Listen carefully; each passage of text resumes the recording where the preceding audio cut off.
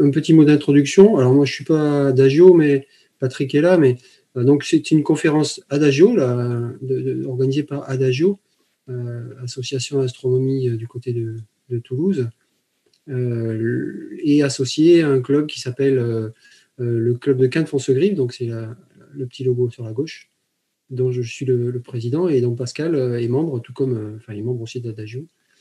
Donc, je vais me lancer dans une petite présentation de Pascal, ce qui n'est pas facile, parce que pour ceux qui le connaissent, Pascal, il est assez touche-à-tout et assez génial, on va dire, hein. Je pense qu'il n'y a pas d'autre mot. Au départ, c'est quelqu'un qui a une formation de pharmacien, donc pas forcément de l'astronomie, hein, clairement.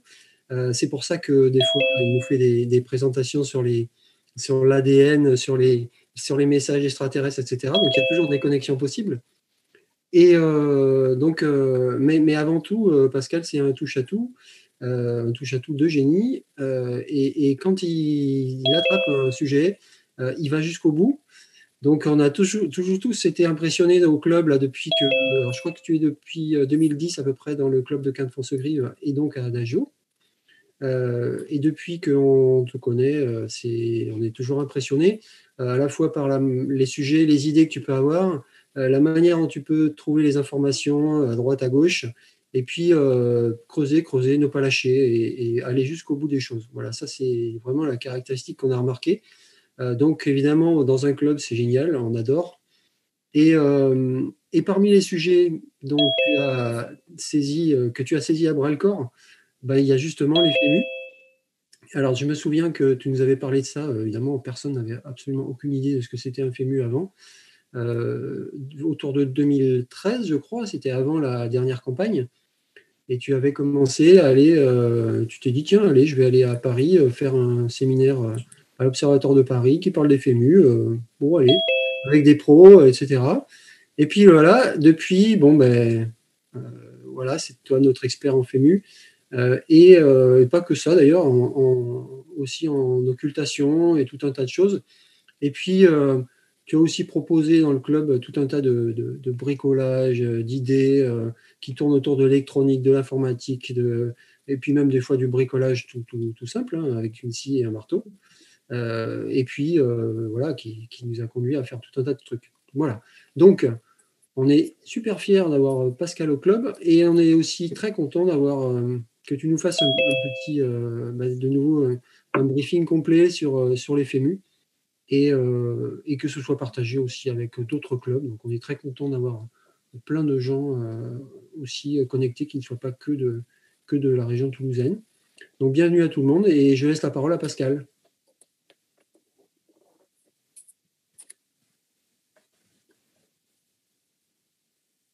Tu es muet, Pascal. Pardon. Voilà, là, ça devrait déjà aller mieux.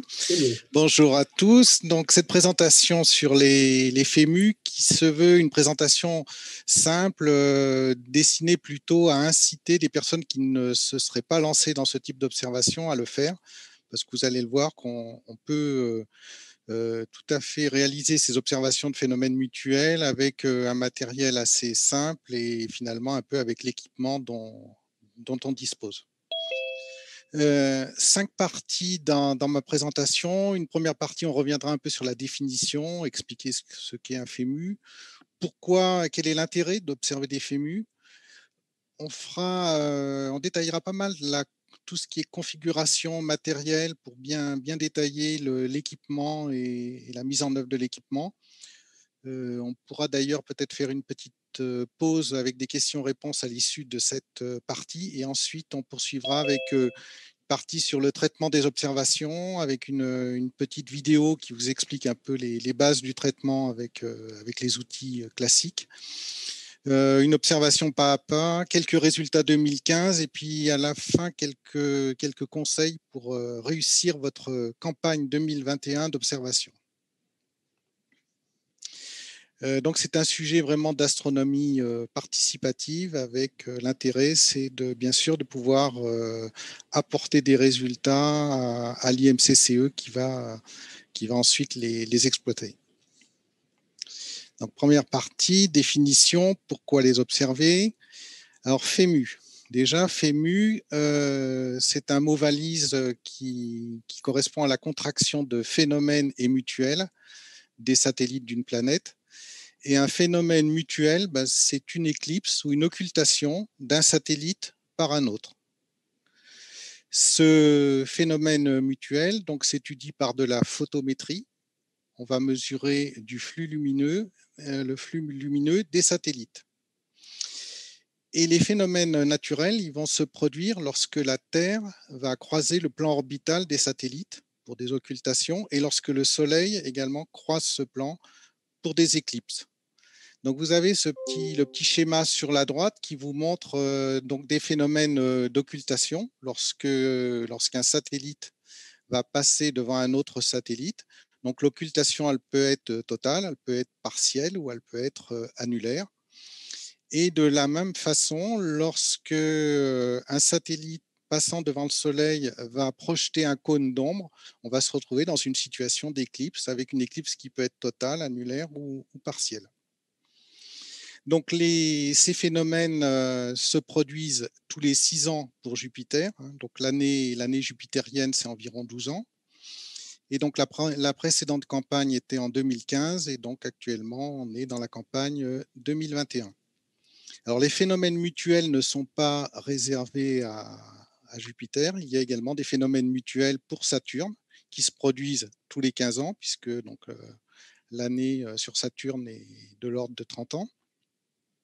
Donc, les prochains seront en 2024 et tous les 42 ans pour Uranus. Alors, dans les campagnes d'observation des phénomènes mutuels, en général, on s'intéresse aux plus gros satellites de Jupiter, qui sont les satellites, les lunes galiléennes, qui sont les plus faciles à observer. Mais on peut également observer les satellites internes, comme Amalthée, qui peuvent aussi présenter un intérêt en termes d'observation de phénomènes mutuels.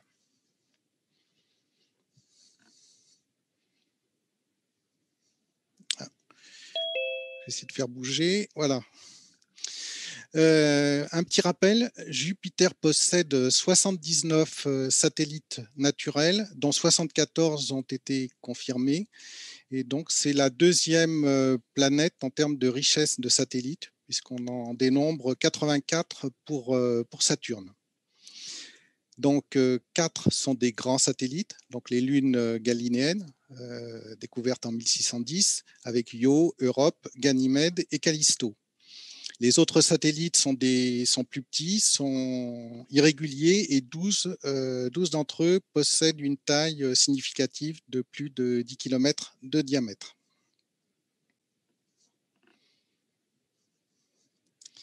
Donc ici, vous avez les lunes galiléennes avec leur numérotation. Donc souvent, on va utiliser cette numérotation Io 1, Europe, numéro 2, Ganymède 3 et Callisto 4. Donc en général, on a par exemple en abrégé, lorsqu'on a un O2, il faut décoder Io occulte Europe. Voilà. Alors ce petit schéma très bien fait, là, qui est tiré du Guide de l'observateur, un ouvrage qui est collectif, qui avait été édité en 1987 avec une illustration de Bruno Morando, je trouve qui est très bien. Donc nous sommes ici sur la Terre en tant qu'observateurs et on va observer ici, donc on a Jupiter et ici par exemple on va pouvoir observer une occultation de Io, le satellite numéro 1, par Europe, qui va passer devant et donc occulter Io. Toujours à partir de notre station d'observation sur la Terre, on va également pouvoir, par exemple, observer des éclipses.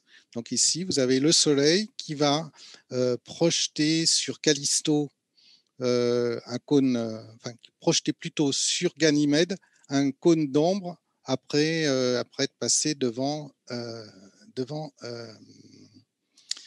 Callisto. Voilà. Donc je trouve que ce schéma illustre parfaitement les deux situations, ici les occultations et ici les éclipses.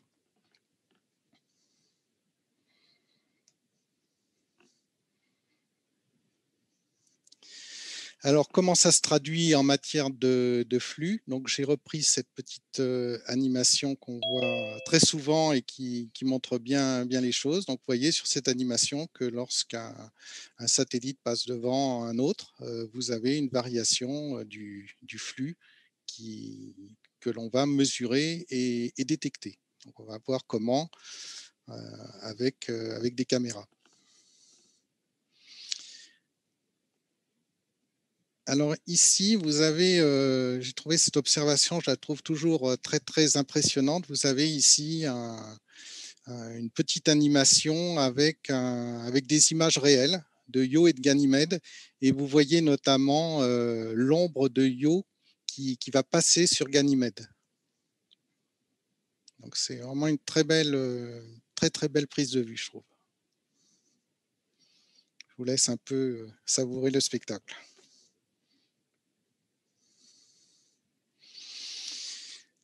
Alors, pourquoi contribuer au programme de l'IMCCE? Alors déjà, l'analyse des courbes de lumière, des phénomènes mutuels par photométrie, permet de mesurer les positions relatives des satellites, donc faire de l'astrométrie.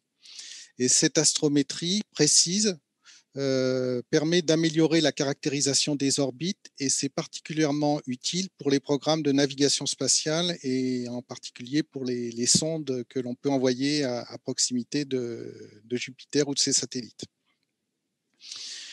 De surcroît, ça contribue également à améliorer la précision des éphémérides.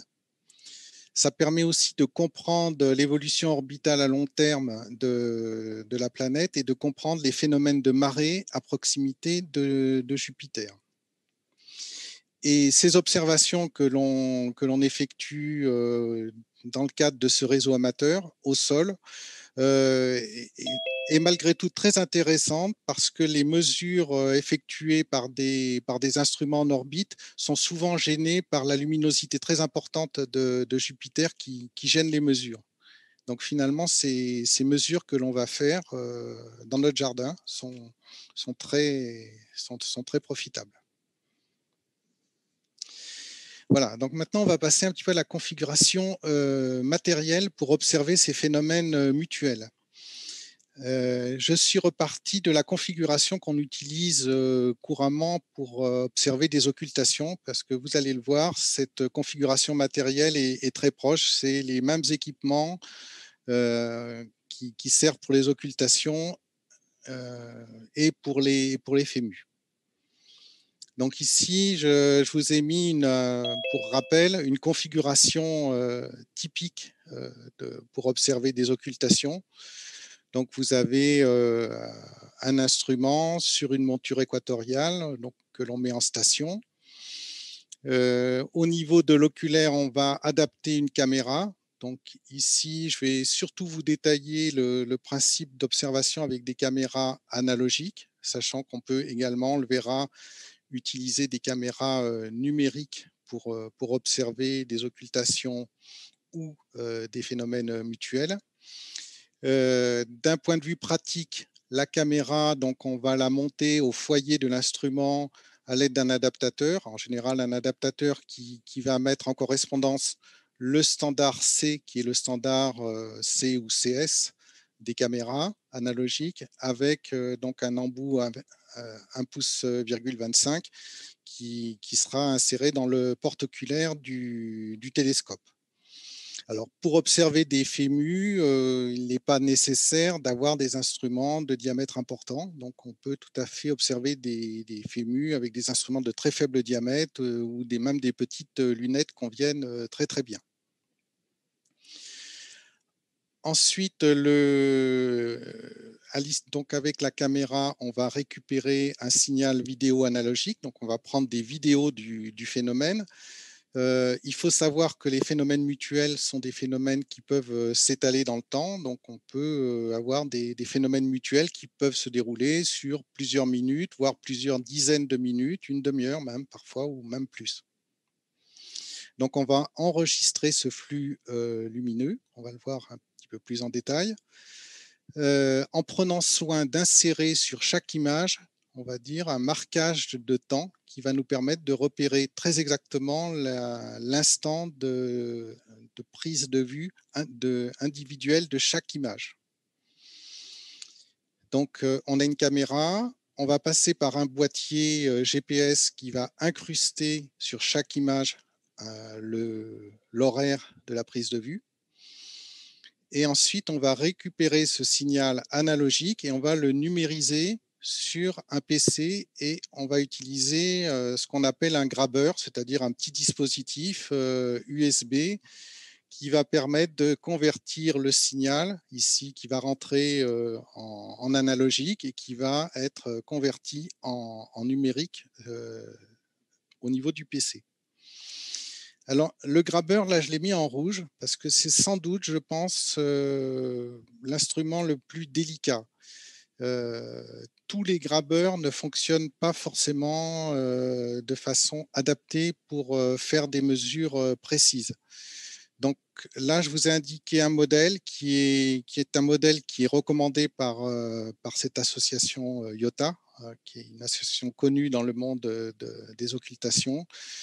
Le StarTech S8 II USB 23, c'est celui que j'utilise, qui est un grabber très fiable, qui normalement ne génère aucune perte de trame d'image lors de l'acquisition.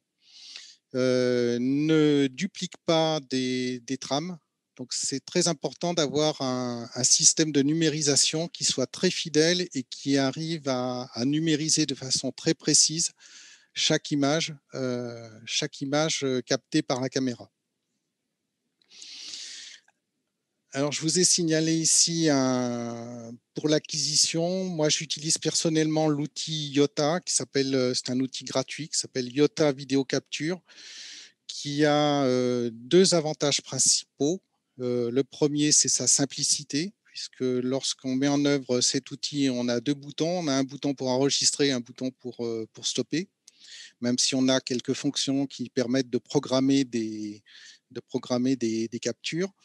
Et le deuxième intérêt de cet instrument, c'est qu'il permet de visualiser le niveau d'acquisition et notamment de matérialiser sur l'image les endroits où l'image serait éventuellement saturée. Donc, ça permet de bien contrôler la qualité de l'image qui est numérisée. Et ensuite, on va dépouiller. Alors, ça peut se faire de façon complètement décorrélée dans le temps. Une fois qu'on a notre fichier capturé, on va pouvoir le retraiter tranquillement, même le retraiter plusieurs fois avec un outil. Ici, j'ai cité l'outil Tangra, qui est un outil relativement simple d'utilisation. Et dans le cas d'une occultation, on a ce type de courbe. Vous voyez, par exemple, lors du passage d'un astéroïde devant une étoile, vous avez une chute brutale du flux lumineux durant toute la durée de l'occultation et ensuite le signal réapparaît. Donc ça, c'est la configuration typique pour une occultation. Je vais passer maintenant à la configuration pour un phénomène mutuel et vous allez voir que c'est très très similaire. Donc vous retrouvez exactement la même optique. Ici, on peut et je conseille d'insérer un filtre rouge dans la chaîne, là ici, dans la caméra, devant la caméra. On utilise toujours le même système de grabber, le même système d'insertion vidéo.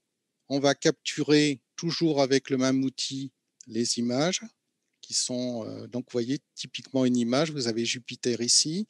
Ici, vous avez le phénomène que l'on va étudier. Là, par exemple, là, je crois que c'était Io et Europe qui s'occultaient ou s'éclipsaient. Et puis ici, vous avez un autre satellite qui est utilisé en référence. Et vous obtenez typiquement la courbe de FEMU, exactement comme on l'a vu dans l'animation. Traitement avec Tangra.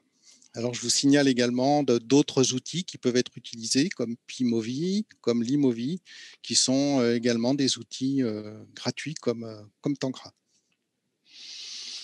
Donc, vous avez ici typiquement la configuration de base pour observer des fémus. Alors, ici, je vous ai indiqué, si on veut, j'ai testé cette solution. On peut une configuration confortable pour observer au chaud. Donc, on peut laisser le télescope dehors et transmettre le flux vidéo avec un petit émetteur et et le récupérer avec un petit récepteur et le graber bien au chaud. Voilà, c'est juste un petit peu pour le fun. Alors, j'avais testé en 2015 une configuration avec un double enregistrement. Donc, on retrouve la chaîne classique avec donc l'optique, l'adaptateur, la caméra, le système d'incrustation du temps et le signal donc vidéo avec horodaté. On l'amène à l'entrée d'un ampli vidéo et ensuite on peut redistribuer le flux vers un caméscope qui permet d'enregistrer de façon complètement indépendante le flux, un moniteur qui permet de visualiser et puis le système classique de numérisation par PC. Donc ça permet finalement d'avoir un double enregistrement et de sécuriser l'acquisition des données. Alors cette année, je vais pas reproduire ce système de double configuration. Maintenant que ma chaîne d'acquisition est bien validée, je vais utiliser directement la configuration simple que l'on a vue précédemment et pas ce système de double enregistrement. Alors, on va faire un petit focus sur les caméras. Donc, les caméras analogiques, si vous souhaitez investir au-delà des FEMU dans des caméras qui vont pouvoir vous servir pour pouvoir observer des occultations d'étoiles par des astéroïdes, parce que je pense que c'est toujours intéressant, les FEMU, c'est malheureusement qu'une fois tous les 6 ans, alors que les occultations, on a quand même des opportunités plus fréquentes de les observer.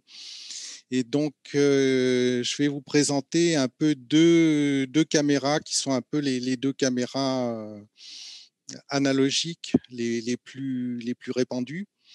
Le modèle de référence, c'est la caméra de marque Vatek, avec un modèle qui est le modèle 910 HX.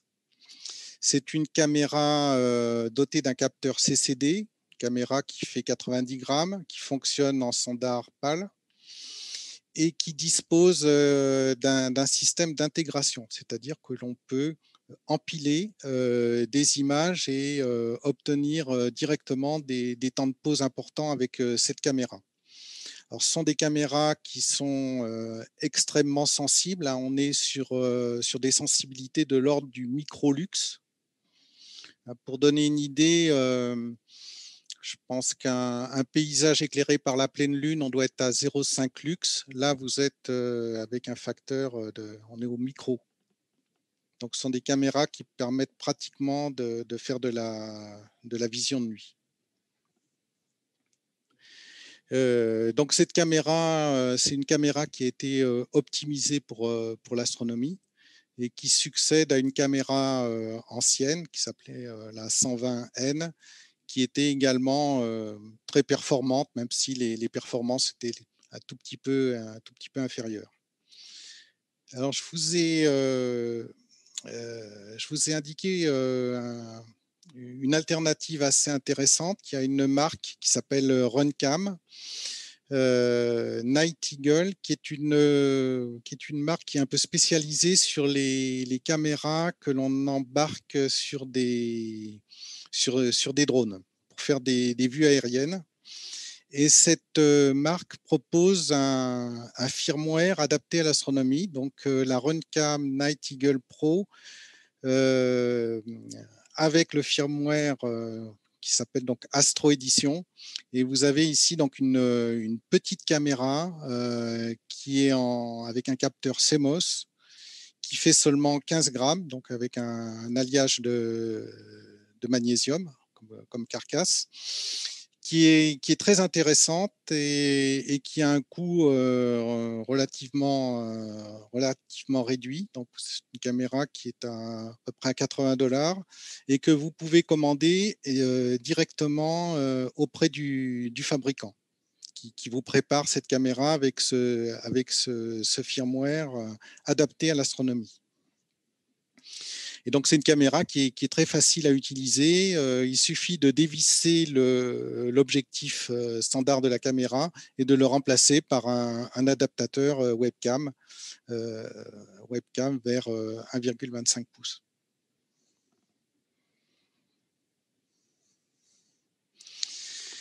Alors, donc ici, bien sûr, je vous ai présenté deux modèles qui sont des modèles performants, qui sont adaptés, bien sûr, à faire des FEMU, mais également à réaliser des observations d'occultation d'étoiles par des astéroïdes.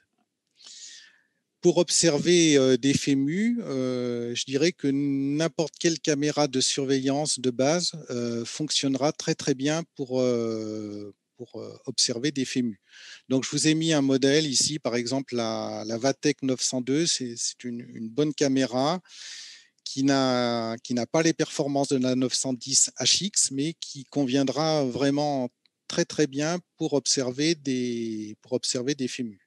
Donc en 2015, j'ai observé beaucoup de FEMU avec une caméra équivalente. C'était même un modèle 902 tout simple.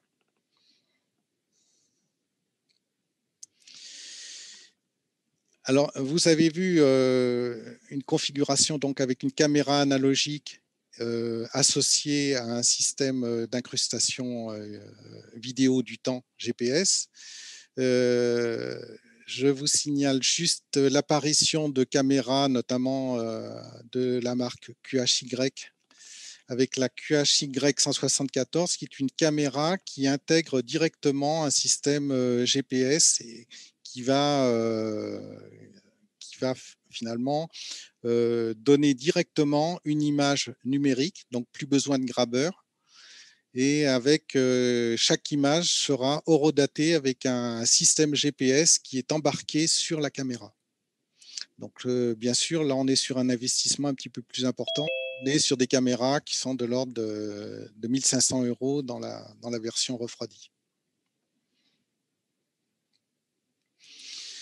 Alors, lorsqu'on a une caméra de type analogique, il va falloir insérer sur chaque image vidéo de la vidéo le temps GPS. Et donc, pour cela, on va utiliser des petits boîtiers qu'on appelle des Video Time Inserters, des incrusteurs de temps vidéo. Alors, vous en avez différents modèles. Vous avez le modèle qui est proposé par l'association IOTA, donc qui est un modèle qui coûte à peu près dans les 300 €.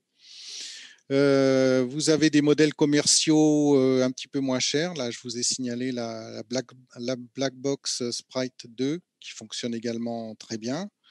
Et vous pouvez également, là, je vous renvoie sur le site QF Astro. Si vous aimez bricoler et si le fer à souder ne vous fait pas peur, on peut aussi se fabriquer soi-même ces boîtiers qui permettent d'incruster le temps GPS sur chaque image. Donc, le dénominateur commun à ces boîtiers, qui fonctionnent tous sur le même principe, c'est vous avez une entrée vidéo sur laquelle vous allez connecter votre caméra, la caméra qui sert à la prise de vue, qui est elle-même montée au foyer, et vous récupérez, avant d'aller sur le grabeur, un signal ici qui est enrichi du marquage temporel GPS sur chacune des images. Donc, vous avez toujours ce branchement avec V-in, V-out, ici, là, ou sur ces boîtiers. Donc, ici, une petite vidéo qui vous montre un petit peu un système d'insertion vidéo en action. Donc, vous avez ici le temps, les secondes qui défilent, les millièmes de seconde, un compteur de trame, le nombre de satellites en vue et un indicateur qui vous indique que la position satellite est fixe, ainsi que la date. Et ici, vous pouvez accéder également à des informations sur la localisation et revenir sur le temps. Donc, vous avez votre image d'observation qui va apparaître au centre de l'écran et puis donc chaque image sera horodatée avec ce temps qui sera surimposé sur chaque image.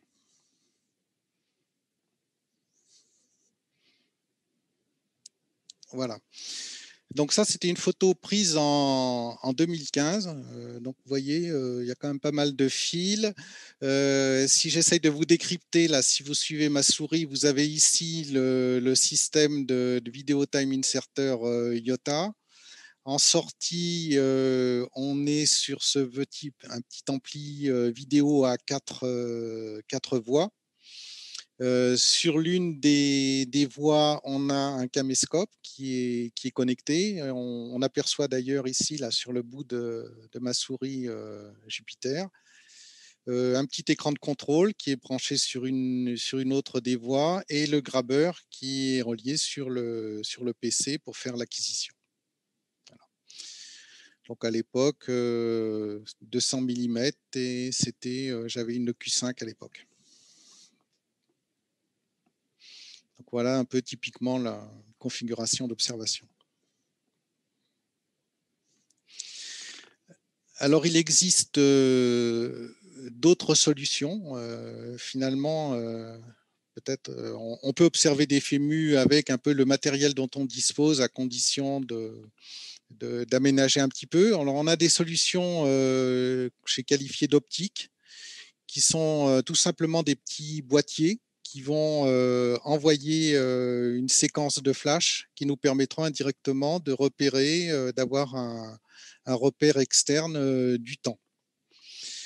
Alors, je vous signale également une application qui est disponible sur l'Apple Store, qui est gratuite, qui s'appelle Astro Flash Timer, qui permet toujours en s'appuyant sur un temps GPS, d'envoyer des flashs à intervalles réguliers, ce qui vous permet quelque part un peu de dater des images qui seraient prises, par exemple, avec votre caméra numérique.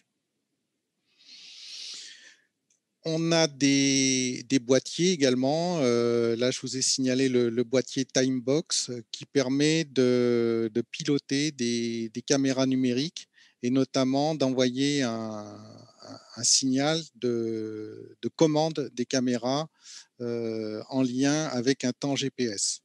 Donc, ces boîtiers également aussi permettent aussi d'avoir aussi un signal optique. Et puis, on a également des solutions logicielles qui permettent finalement d'utiliser quand même des caméras numériques. Et notamment, je vous renvoie à la présentation là, de Lionel Rousselot, là, je crois qu'il est présent ce soir, qui nous avait fait une présentation très intéressante des solutions qu'on pouvait mettre en œuvre avec un logiciel qui s'appelle Genica Astro, qui permet quelque part de mesurer l'écart entre un temps GPS que l'on peut acquérir sur le PC, par exemple avec une clé GPS, et le temps Windows, et d'inclure également une correction qui est liée au temps de traitement numérique du système. Donc, en gros, on a soit les systèmes un petit peu, on va dire, traditionnels avec une caméra analogique. Donc, c'est pas très moderne, mais c'est très fiable lorsqu'on les couple avec un système d'incrustation du temps GPS. Soit des systèmes avec des caméras numériques qui sont quand même un petit peu plus dans l'air du temps, mais qui nécessite quand même, je dirais, un petit peu plus de soins et d'attention si on ne veut pas avoir des situations où on se retrouve avec du décalage entre le temps indiqué par les logiciels et le temps réel. Mais voilà, je pense que la règle, quelle que soit l'option, c'est une fois que l'on a bien validé une chaîne d'acquisition, on essaye de bien figer la configuration et de surtout pas trop changer. Voilà. Peut-être avant de passer à la troisième partie, on peut peut-être prendre déjà quelques questions. Je ne sais pas s'il y en a sur le chat. Oui, il y en a, Pascal. Notamment deux questions de David Denardo. La première, c'était quelle est ta chaîne d'acquisition? Je pense que tu as déjà en partie répondu. Euh, et puis l'autre, Moi, c'était une question sur quel filtre rouge utiliser. moi, j'avais utilisé un filtre rouge vraiment standard. Je me souviens plus. Donc, il y a un numéro. Euh, Je sais plus, je pourrais. Filtre rouge de base, hein. Voilà. Ça permet quand même d'atténuer l'éclat souvent un peu violent de Jupiter qui empêche de bien observer les satellites à proximité. Donc il y a deux moyens, c'est d'utiliser ce petit filtre rouge et notre moyen, c'est aussi un peu de diaphragmer sur le télescope pour réduire l'entrée de lumière. Alors ma configuration, c'est une caméra analogique, le grabber StarTech, à condition de l'utiliser sur une version de Windows un peu figée, parce que même le grabber StarTech qui est très fiable, j'ai eu une mauvaise surprise lors d'une mise à jour Windows 10. Donc j'ai été obligé de revenir sur une version antérieure pour stabiliser. Idéalement, c'est bien d'avoir presque un PC sur lequel on bloque toutes les mises à jour automatiques de Windows et qui constitue un petit peu un PC validé d'acquisition. C'est mon conseil. Pascal, tu Oui, m'entends? oui, tout à fait, oui. Oui, bonjour, je m'appelle David. Oui, C'est moi qui t'ai posé la question sur le filtre. oui. Je voulais savoir quel type de filtre. Est-ce que c'est un 23A, un 25, un 29? Oui, je crois que c'était je crois que c'était un 23, mais je l'ai plus en tête. Bon, personnellement, On pourra échanger par mail, hein, pas de oui, bien problème. sûr, avec plaisir. Personnellement, ça fait longtemps que je fais donc des occultations d'étoiles par des stéroïdes. Donc, je vais utiliser exactement le même matériel pour les FEMU. Donc, perso, j'utilise une Vatek 910 avec le Iota VTI. Ça va très bien, hein. C'est une configuration Voilà, c'est la configuration idéale, standard, voilà, oui, qui qui va coûte un bien. peu, mais qui donne tellement de plaisir à utiliser. Et en plus de ça, au niveau logiciel, je travaille avec Au-delà. Oui, Par contre, la version Linux. oui, ouais. Donc voilà, Je pense alors que selon Linux beaucoup de amène sans travail, doute ça veut dire un peu plus de stabilité que Windows. c'est ça. Enfin, Mm. non, non, ça offre beaucoup plus de possibilités, puisque la version Linux, si tu veux, t'offre la possibilité donc, de générer les courbes de lumière et d'enregistrer donc un format numérique entier, donc type RAW, que tu peux analyser entièrement avec Au-delà. Mm. Donc, c'est bien plus puissant que les versions sous Windows. C'est-à-dire que c'est du temps gras multiplié par 10, quoi, en Mm. fait. Mm. Voilà. Mais la problématique, c'est qu'il faut passer sous Linux. Mm. Voilà, il faut avoir un PC adéquat sur ça. Par contre, c'est tout à fait probant et j'utilise régulièrement pour les occultations d'étoiles par des stéroïdes. Ma question plus précise, c'était que cette année, pour nous, astronomes amateurs, en France, c'est compliqué parce que Jupiter étant très basse, Oui, elle a une négation maximum par rapport donc, au Soleil. C'est pas la meilleure période donc pour l'observer. Par contre, c'est la bonne pour les FEMU. Ça sera bien pour tous ceux qui sont dans l'hémisphère sud, on va dire. oui, c'est vrai Et qu'on en est un peu plus, mal placé là cette année. Ouais. voilà, nous sommes contraints par un satané couvre-feu à partir de 18 heures Oui, des observations en deuxième empêche, partie de nuit. qui nous empêche de nous mouver dans notre lieu d'observation favori, ce qui est mon cas d'ailleurs, hein, parce que de chez moi, je ne peux absolument rien faire concernant Pascal, ces options. excuse-moi de t'interrompre, c'est Thierry qui parle. Oui, Excuse-moi, je n'ai pas pu arriver plus tôt, mais je voulais partager avec vous une information qui peut être très utile à tout le monde. bien sûr.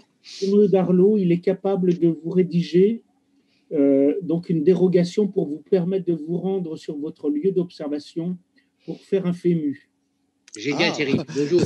Ah, ça c'est bien. Faites passer l'info, c'est Jean-Eudes voilà, m'a proposé ça, et donc voilà, faites passer l'info et je peux retourner vers lui pour sortir le formulaire et vous envoyer les formulaires à tous ceux qui en Eh ont bien, besoin. avec plaisir. Merci Thierry pour cette Salut, Thierry. information. Cette dérogation, on peut l'avoir sur le site de la SAF? Ben, c'est Jean-Eudes qui m'a envoyé l'information, mais je vais vous faire suivre son message dans ce cas-là. La liste Parfait. de participants. OK? C'est parfait, Thierry. Super. Super, ça c'est vraiment une très bonne nouvelle. Oui, donc pour revenir sur les configurations, donc Vatek plus un vidéo time inserter, là à la limite la marque importe assez peu. L'avantage du boîtier Iota, c'est il permet de faire de la reconnaissance automatique de caractères, donc ça c'est un avantage. Bon, sachant que d'autres outils de traitement comme Pimovi peuvent également faire de l'OCR à partir de n'importe quel type de vidéo time inserter. Voilà. Et les grabbeurs, ce que l'on avait remarqué, pour revenir un peu sur Linux, c'est qu'effectivement, autant sous Windows, le choix du grabbeur est très délicat, autant on avait remarqué que Linux prenait généralement plutôt beaucoup mieux en charge les grabbeurs que Windows. Et sous Windows, vraiment être très attentif, bien valider sa chaîne d'acquisition et veiller à ce qu'il n'y ait pas de trame d'image qui saute ou de trame d'image qui soit dupliquée ou pire, des trames qui soient mélangées. Ça peut arriver lorsqu'il y a des soucis de driver. Parce qu'on est quand même sur des applications un petit peu de type scientifique, donc chaque point est important. Et souvent, les grabbeurs se permettent un petit peu des petites libertés logicielles qui passent complètement inaperçues lorsqu'on fait on va dire de la vidéo grand public, par contre, qui peuvent être gênantes dans une application de type scientifique. Voilà. Je reprends la main, Pascal, 2 secondes, parce qu'il y a pas Oui. mal il y a eu des discussions dans le chat. Quelqu'un qui posait la question pour savoir si pour une caméra numérique qui inclut le marquage des temps, il y a des options moins chères que les 1 500 € que celles présentées. En option caméra, je pense à ma connaissance, je ne connais que la QHY qui inclut un système de timing GPS. Bon, sinon, il y a les solutions d'utiliser des caméras pilotées avec des boîtiers type Timebox. Voilà. Ou des solutions logicielles, hein, comme l'a présenté Lionel. Je ne sais pas si Lionel peut même peut-être commenter un petit peu. Oui, je suis là, oui, sur la solution logicielle. Oui. La solution à base de Genica, si tu ne veux pas investir beaucoup, c'est une bonne solution, quoi. Le logiciel plus le GPS, ça va te coûter 150 €, quoi, en gros. Après, pour les caméras avec GPS intégré, il y a un projet qui existe, qui est fait par des amateurs. Je ne me souviens plus de leur nom. Ce sont 2 Autrichiens. Ils font régulièrement des occultations d'étoiles par les astéroïdes. Ils ont fabriqué eux-mêmes une caméra avec un module GPS intégré. Ils doivent bientôt la mettre en vente. Pour l'instant, je n'ai pas l'idée des tarifs. Mais... C'est Stéphane Meister. Et ce sont des Suisses. Oui. C'est ça, oui. Bon, c'est pas loin. C'est Stéphane Meister. Avec un très beau travail. Je crois qu'ils avaient fait un prototype sur une ASI 120 pour faire un démonstrateur. Ils ont fait d'autres protos avec d'autres capteurs. Ils ont dû faire le logiciel qui va avec aussi, je crois. Vous avez mis le lien dans le chat. Oui, alors je retourne au chat. Il y a aussi une autre question sur le diamètre minimal du miroir, avec même des réponses disant entre 80 et 100 mm, ça peut suffire. Oh oui, moi je pense qu'on peut tout à fait, avec même une lunette, une D80, il n'y a aucun souci. On a largement assez de lumière pour observer des satellites de Jupiter. Ouais.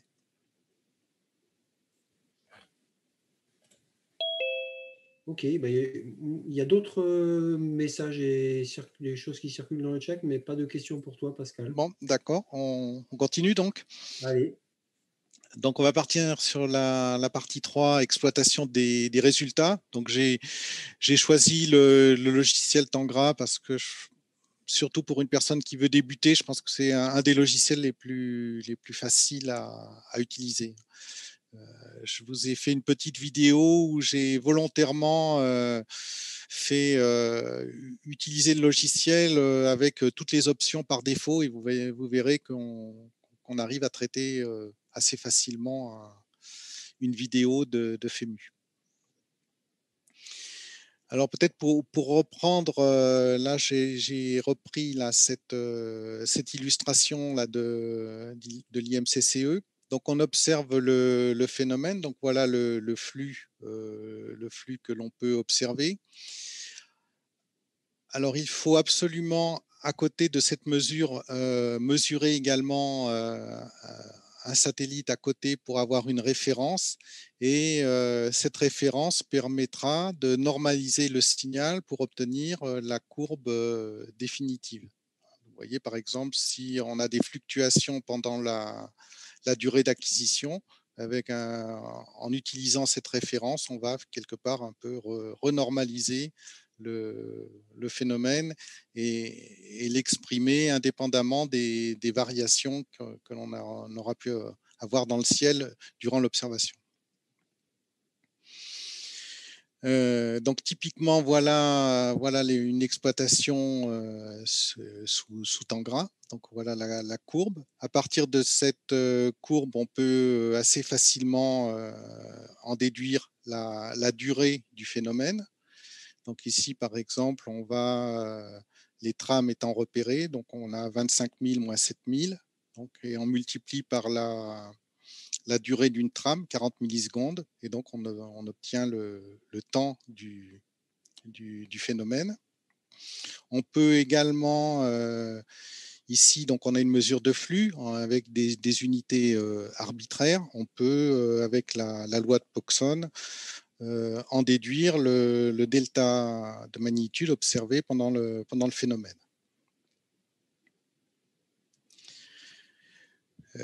Donc maintenant, on va passer sur une observation un petit peu pas à pas et un mini tuto Tangra 3. Et puis ensuite, on regardera quelques résultats 2015.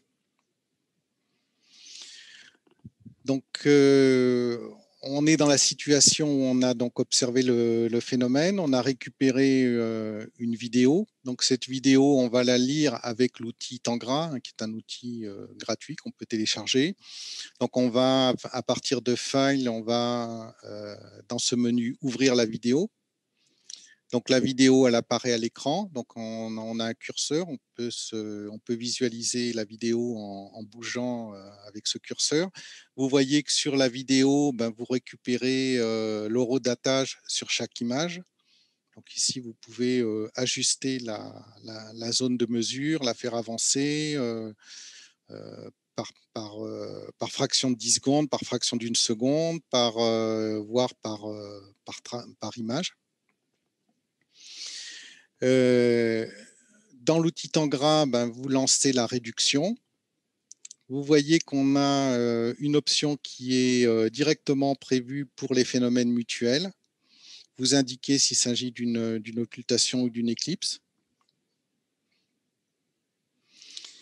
On va faire ensuite, donc on va indiquer dans l'outil les zones dans lesquelles se trouve le FEMU à observer.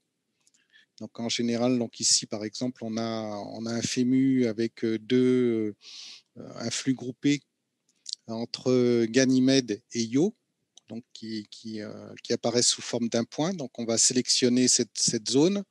On va également capter la zone pour faire une mesure sur le flux de Callisto. Et puis on va lancer l'outil. Donc on obtient une courbe. Donc ici on était sur un FEMU qui n'était pas très marqué.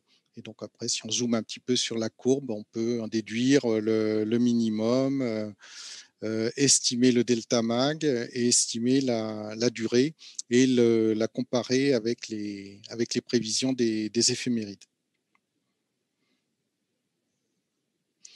Donc ici, je vous ai mis un petit tuto avec une petite vidéo avec Tangra 3.7. Donc ici, on avait un double FEMU. On avait Europa qui occulte Io et ensuite Europa Eclipse Io. Donc vous voyez sur cette vue Io et Europe qui sont avant l'observation bien séparés. Donc, au moment de l'occultation, ils apparaissent sous forme d'un point.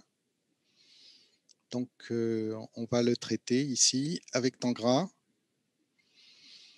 Donc, première opération, c'est de sélectionner le groupe. Là, ici, voilà, on fait addition de l'objet. Voilà. Donc, ici, on est sur le flux groupé des deux satellites sur lesquels on va observer. On va ajouter un autre satellite, puis encore un autre en référence. Donc là, vraiment, j'utilise les options par défaut. Et il ne reste plus qu'à lancer le traitement. Donc ici, vous avez le traitement avec chaque image là, qui est traitée en photométrie d'ouverture. Donc là, ça va durer un certain temps. Donc on reprend un peu l'opération plus tard, donc 47 minutes plus tard, c'est quand même assez long. On va simplement indiquer le début et la fin. Et on obtient donc cette courbe brute qui, voilà, une fois normalisée, là j'ai fait un binning pour rendre la courbe un peu plus lisible. Donc vous voyez le FEMU bien mis en évidence. Donc vous voyez que le traitement avec Tangra est relativement simple. Vous pouvez, en utilisant vraiment les options de base, obtenir déjà un premier résultat correct. Donc en 2015, effectivement, on était très bien placé. Les FEMU étaient visibles en général en première partie de nuit. On était avec un Jupiter très très haut dans le ciel, donc on était dans des conditions qui étaient beaucoup plus favorables à celles que l'on va avoir en 2021, où on est en deuxième partie de nuit avec une planète souvent relativement basse sur l'horizon. Donc là, on a pu observer pas mal de FEMU. Alors en 2015, on a dû en observer à peu près une quinzaine. Donc vous voyez des FEMU. Parfois, vous voyez que les FEMU peuvent s'enchaîner. Ici, on a une occultation suivie d'une éclipse avec des phénomènes qui peuvent être plus ou moins marqués.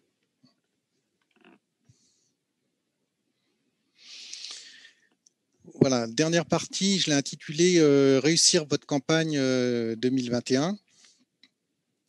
Alors, la première chose à faire, c'est de vous rendre sur le site de l'IMCCE pour générer vos éphémérides. Donc, ici, vous avez une zone qui va vous permettre de générer vos éphémérides pour les satellites galiléens, qui sont les plus faciles à observer. Vous avez dans la ligne suivante une possibilité de générer des éphémérides pour les satellites internes, hein, par exemple pour Amalthée. Voilà.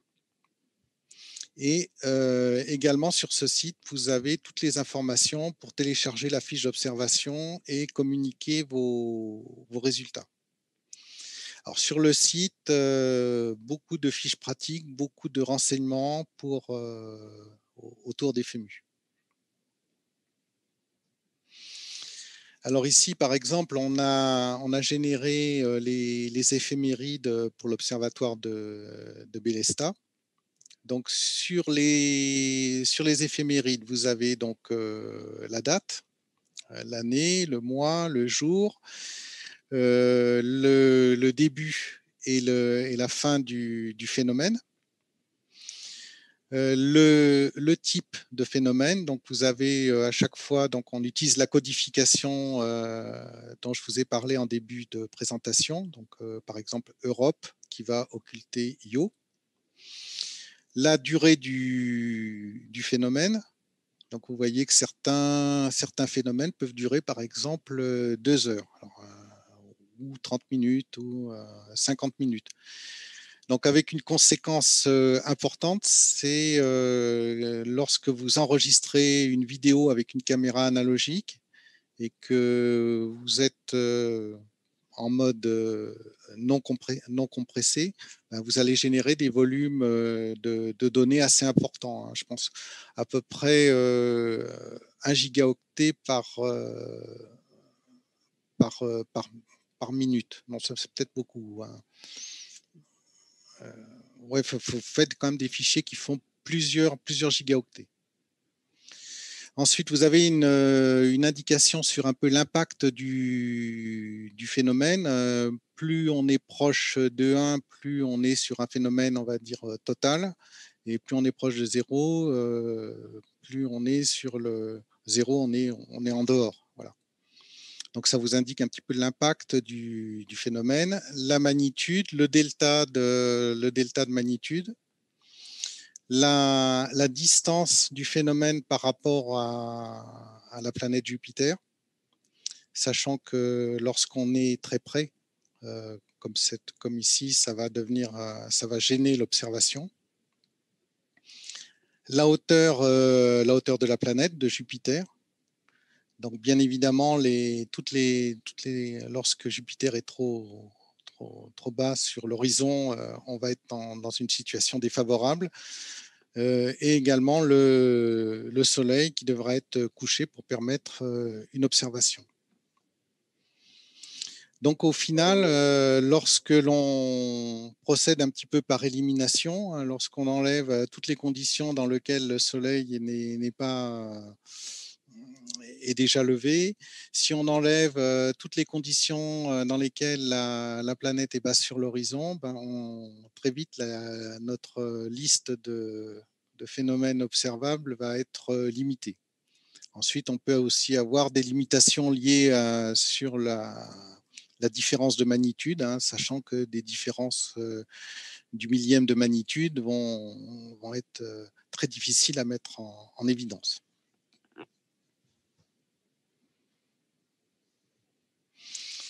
Vous pouvez également utiliser le logiciel de Deveralt, Ocult, qui permet également de prévoir sur votre lieu d'observation et de générer vos propres éphémérides. Donc cet outil est très bien parce qu'il vous permet également un peu de faciliter le repérage des satellites avant l'observation. Voilà, donc pour terminer la présentation, là j'ai rassemblé ici un peu quelques points clés. Donc avant d'observer déjà, ce qu'il est important de faire, c'est un bon repérage préalable des positions des satellites. Donc vous pouvez, en 2015, le site IOTA ES, donc le site européen, donner ce repérage, mais vous pouvez tout à fait le vérifier sur des logiciels comme Stellarium, Carte du ciel. Mise en station, bien sûr, de votre télescope ou de votre lunette. Vérifier la météo. L'instrument, on a vu qu'il n'était pas critique. Un petit instrument suffit largement. Retournement des montures, ça d'accord. Un filtre rouge diaphragmé. Point très important, c'est d'éviter la saturation des satellites. Donc, et c'est là où l'outil IOTA Vidéo Capture est très intéressant parce qu'il vous permet de visualiser si des zones de mesure seraient éventuellement saturées, ce qui vous permet un peu de les ajuster et de faire de bonnes mesures de photométrie. Donc les caméras, on en a parlé. Point très important, c'est de désactiver tout ce qui est réglage automatique de gain sur les caméras. Parce que si votre caméra compense les variations de luminosité que l'on souhaite mettre en évidence en les compensant automatiquement par un système de gain automatique, vous n'allez pas pouvoir faire de mesures correctes. Si vous utilisez des vidéo time inserteurs, il faut les mettre en marche j'ai mis 10 minutes, mais même au moins 5 minutes à l'avance pour être sûr qu'il soit bien stabilisé et qu'ils aient bien tous les satellites nécessaires en vue. Même si on a des éphémérides précises, on conseille de commencer 5 minutes avant et de terminer 5 minutes après le phénomène. Ma recommandation, si on n'en a jamais fait, c'est déjà de s'entraîner en dehors des FEMU pour essayer de mesurer les flux individuels des satellites. Point clé, c'est vraiment vérifier la qualité globale de votre chaîne d'acquisition, notamment l'absence de trames perdues, dupliquées ou mélangées, ce qui serait encore pire. Utiliser des solutions fiables pour l'acquisition. Donc là, je vous ai cité celles que j'utilise. Il y a d'autres outils d'acquisition fiables peuvent être utilisés. Avoir un bon grabeur. En principe, on n'utilise pas de codec, mais on peut quand même utiliser, moi j'utilise le codec qui s'appelle Lagarit, qui est un codec lossless qui permet quand même d'économiser de l'espace et qui ne nuit pas au traitement ultérieur. Faire attention aux tailles des fichiers qui peuvent être limitantes. Et donc le mieux, c'est d'avoir un système NTFS et pas FAT32. Veillez à avoir de l'espace libre sur le disque. Et puis privilégier, si vous avez des disques durs externes, privilégier des connexions rapides de type USB 3. Oui, parce que la taille des fichiers peut être relativement importante quand on fait de la vidéo notamment. Oui, si on fait de la vidéo en mode brut pendant 50 minutes, on va générer des fichiers très importants. Exactement. Ouais. Donc, il faut faire attention à l'espace disque, tout à fait. De telle manière à ce que le flux vidéo ne soit pas coupé. Tout à fait. Donc j'en ai terminé pour ma présentation. Donc je vous ai remis ici quelques ressources, bien sûr le site de l'IMCCE, où vous pouvez générer les éphémérides. Je vous renvoie également là au site de la SAF, la ProAM Gemini, et notamment toutes les présentations qui ont été faites récemment sur la campagne FEMU. Le site du Club Eclipse et avec les précédents VETO. Alors VETO, c'était les week-ends d'études des techniques d'occultation. Le site de notre club QF Astro, où il y a pas mal de choses sur les FEMU. Vous trouverez aussi tous les bricolages. On a parlé de la Timebox. J'ai remis ici là, le site chez LIAC qui vous donne quelques indications sur le fonctionnement de la Timebox. Voilà, merci pour votre attention. Bon, merci Pascal. Excellente synthèse. J'ai pas de questions, peut-être des gens, d'autres questions dans le chat. Il y a eu des messages, mais ce n'était pas vraiment des questions. Voilà, si vous avez, n'hésitez pas. En fait, toute la question va être que donc la campagne va bientôt commencer. Qu'en est-il de notre avenir avec le couvre-feu?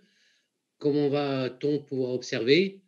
Donc Thierry nous a dit une bonne nouvelle tout à l'heure par rapport à une attestation provisoire pour nous observateurs, ce qui est une très bonne nouvelle. C'est vraiment excellent parce que sinon ça aurait été très compliqué.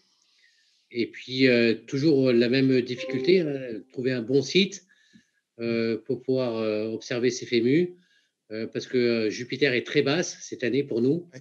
Donc il faut un site dégagé. Oui.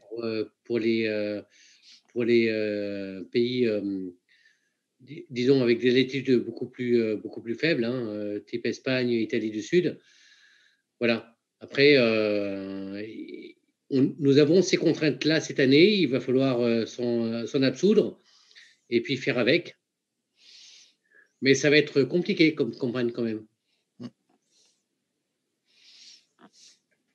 Ou sinon, louer un télescope distant au Chili, comme ça a été fait. C'est le rêve de tout le monde. C'est une solution.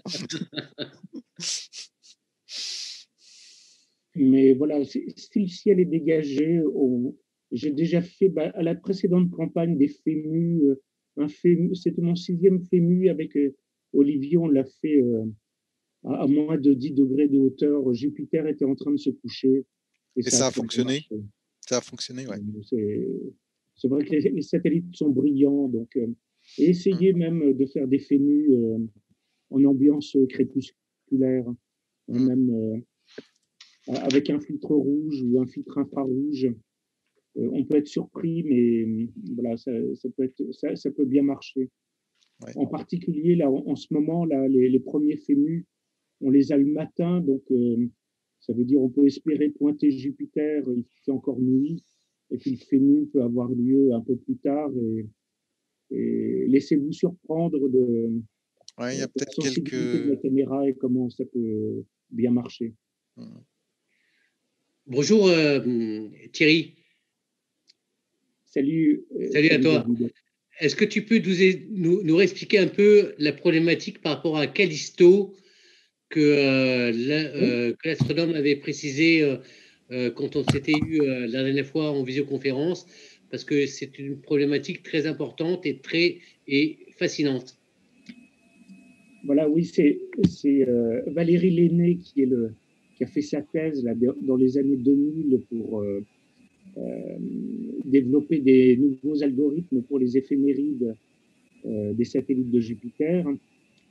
Donc voilà, effectivement, lorsqu'on a fait l'atelier, il nous a expliqué, comme vous le savez, voilà, le Io, Europe et Ganymède sont des satellites qui sont synchronisés. Il y a exactement un rapport 2 entre la période de Io et d'Europe, et la même chose, il y a un rapport 2 entre la période d'Europe et de Ganymède. Par contre, Callisto est libéré de cette contrainte.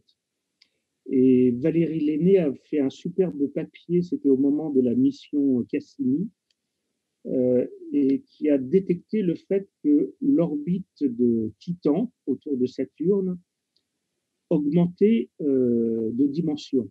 C'est un phénomène qu'on connaît bien. Comme vous le savez, la Lune s'écarte de la Terre petit à petit. Il y a un transfert d'énergie entre la rotation de la Terre qui ralentit petit à petit, et puis la Lune qui gagne en énergie, qui puise son énergie sur la rotation de la Terre qui ralentit, et de ce fait, la Lune a une orbite qui augmente donc de, je ne sais plus, ça se chiffre en centimètres par an. Voilà, et donc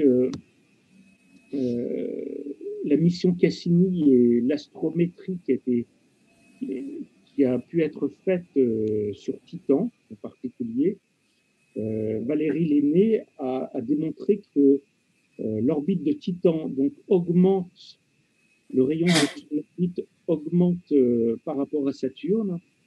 Donc ça démontre le fait que Saturne ralentit sur elle-même, du fait d'un effet de marée également généré par Titan. Et donc Saturne ralentit, mais par rapport à tous les modèles qui avaient été faits antérieurement, Valérie a démontré que Titan s'éloignait de Saturne 100 fois plus vite qu'on ne l'attendait. Donc ça a fait l'objet d'un superbe papier dans Nature.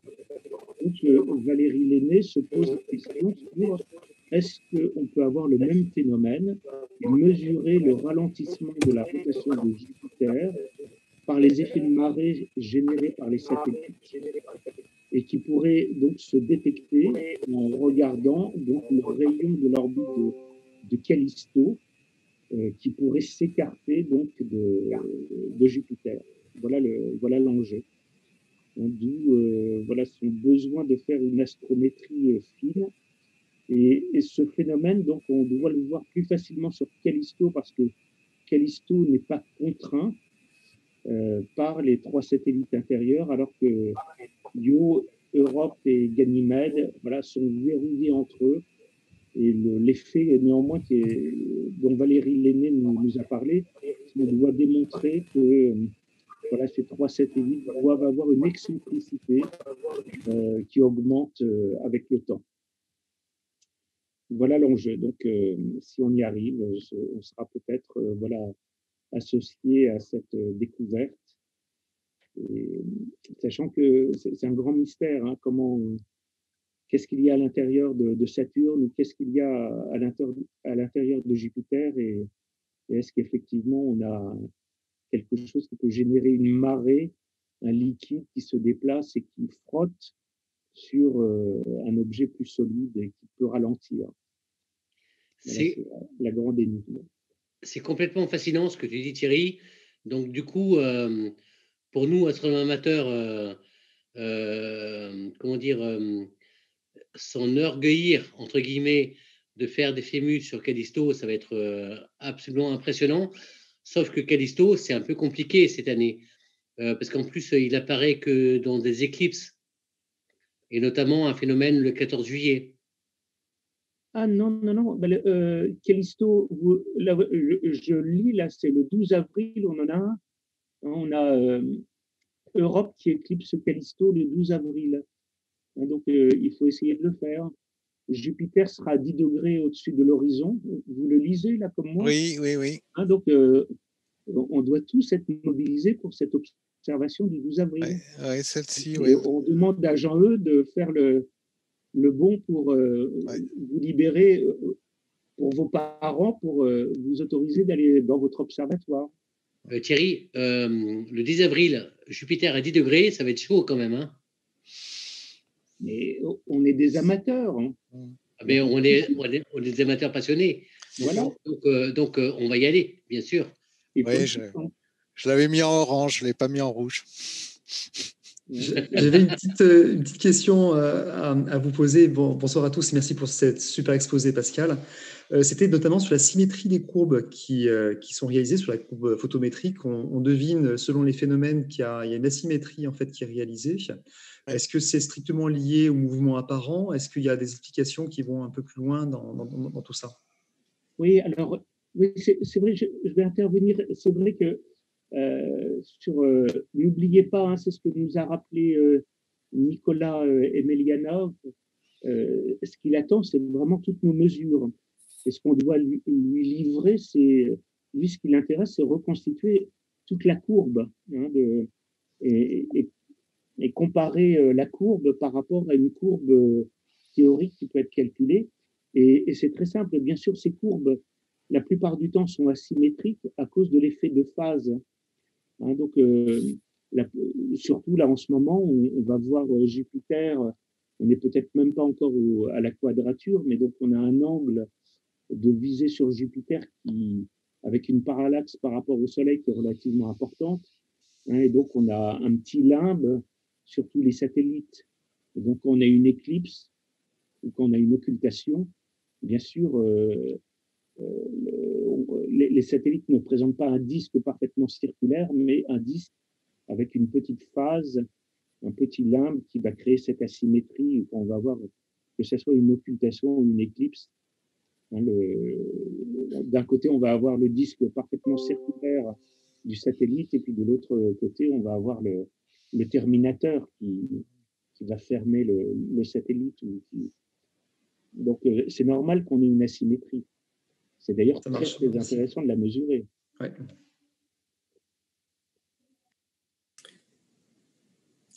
Une petite question de focale. On a la possibilité, on va essayer de faire un FEMU à l'observatoire Flammarion à Juvisy sur la lunette historique. Elle a une très longue focale, 3,60 m. Je comprends qu'il vaut mieux utiliser un réducteur focal? Non, tout dépend de ta caméra. Qu'est-ce que tu veux prendre comme boîtier? Je pense que si vous utilisez un boîtier réflexe, là, comme je vous l'ai suggéré, hein, que ce soit un APS ou bien sûr si c'est un format 24-36, 4 mètres de focale, ça va passer. On a des réducteurs de focale, genre, il n'y a pas de souci. Oui, smiley, clin d'œil. Après l'idée, Jean, l'idée, c'est pas d'avoir une plus ou moins grande focale. L'idée, c'est quand même d'avoir un certain nombre de satellites ou d'étoiles à côté pour faire un paramétrage. Parce que c'est ça qui référence à côté. C'est pas uniquement d'observer le phénomène, c'est d'avoir un satellite de référence ou une étoile de référence qui te permettent de faire de la photométrie et ensuite de faire ta courbe de lumière correctement. Tu vois ce que je veux dire? Oui, il faut un champ pas trop serré, quoi. Oui, voilà, un champ pas trop serré. C'est ça. Donc après avec une lunette 3,60 m, oui, c'est clair qu'il va falloir utiliser des réducteurs, à moins que tu puisses avoir un capteur plus grand. Un capteur plus grand. Voilà, ou un grand capteur pour avoir au moins un satellite qui ne soit pas occulté ou qui ne soit pas dans les FEMU, de telle manière à pouvoir être référence de FEMU. Tout à fait. Oui, donc aussi lors de l'atelier, je vous ai mis un tableau là qui résume ça.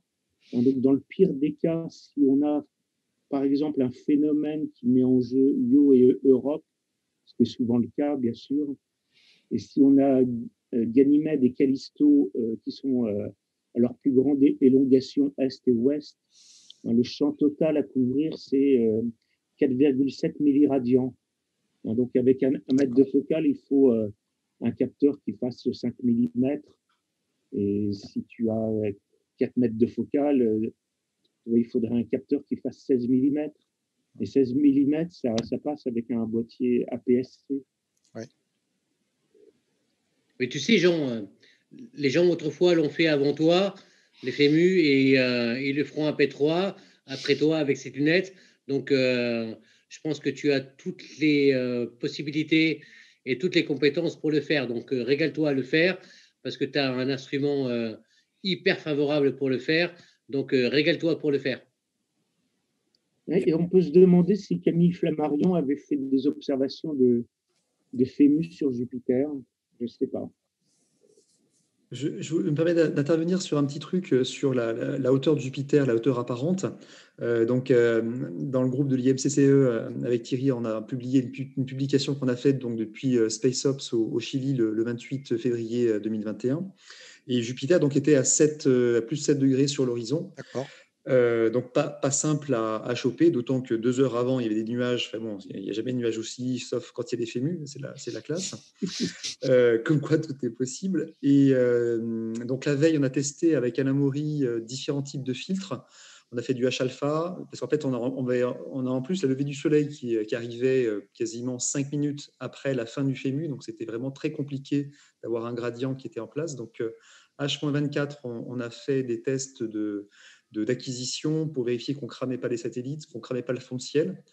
Donc on avait 2 options dans la roue à filtre du télescope qui était en place, c'était soit un H-alpha, soit un filtre rouge, et le filtre rouge était bien meilleur pour garder de la lumière, et aussi Jupiter étant très basse avec ses satellites, ça permettait de moyenner un peu plus la turbulence qui sur l'horizon est vraiment pas terrible, d'où un temps de pause relativement long qui a été à 750 millisecondes.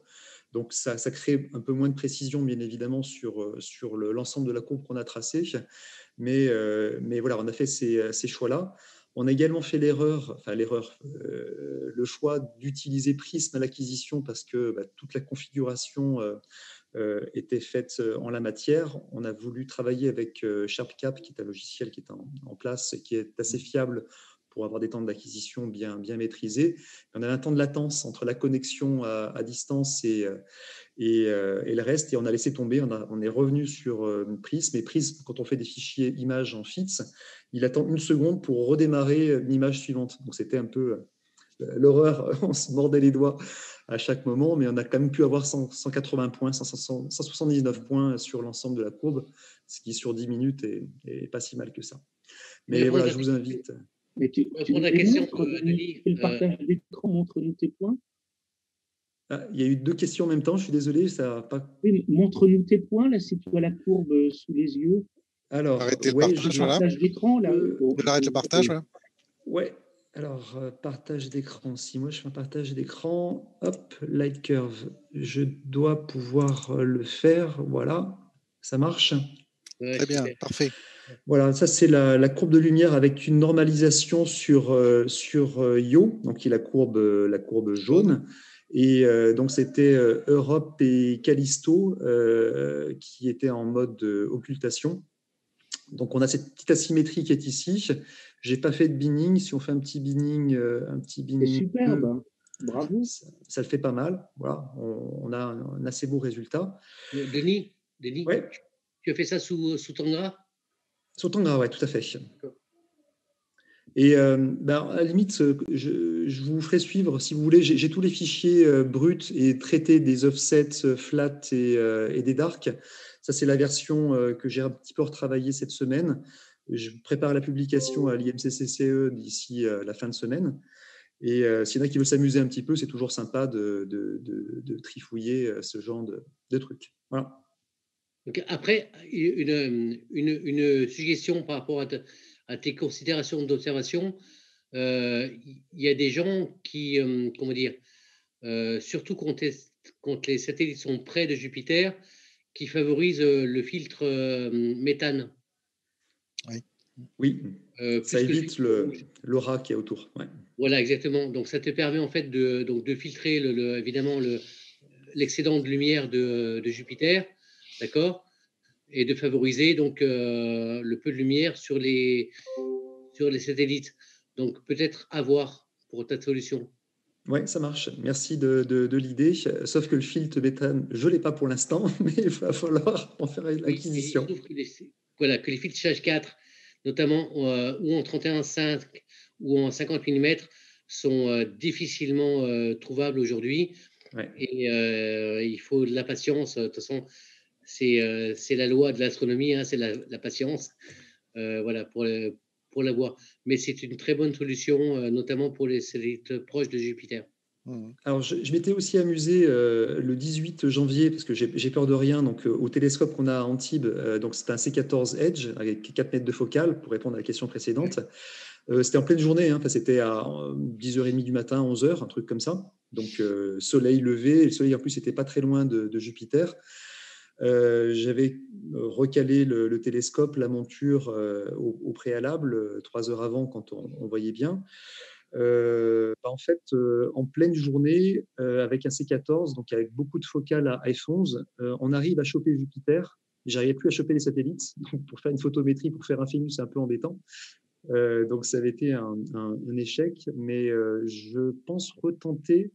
Il y a quelques éléments là, un peu plus tard sur le mois d'avril, depuis la France. Avec beaucoup de focales, en fermant bien, à mon avis, ça peut peut-être passer à suivre. Je ne sais pas s'il y en a qui ont essayé. Et puis un filtre rouge. Ouais, j'avais fait de l'IR-Pass, moi, pour avoir Jupiter. L'IR, c'est encore mieux, sans doute. Oui. Comme tu peux essayer. Bravo, c'est superbe. Merci. Pardon. Comme tu peux essayer de cumuler plusieurs filtres rouges, c'est-à-dire tu prends un Vraten 23 que tu peux cumuler avec un 25 ou avec un 29. Ok. Bonne idée, merci. Ce sont des essais à faire.